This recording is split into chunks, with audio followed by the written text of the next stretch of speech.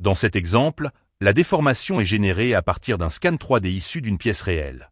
Après fabrication, certaines géométries peuvent présenter des écarts de forme par rapport au modèle nominal.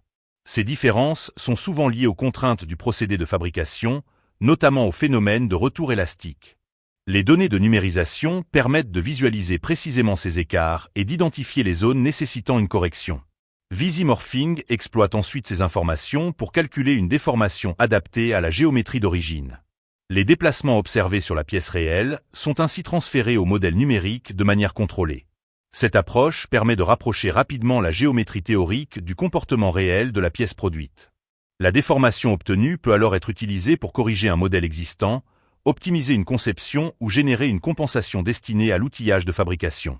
Cette méthode réduit considérablement les cycles de mise au point et facilite l'obtention de pièces conformes dès les premières itérations.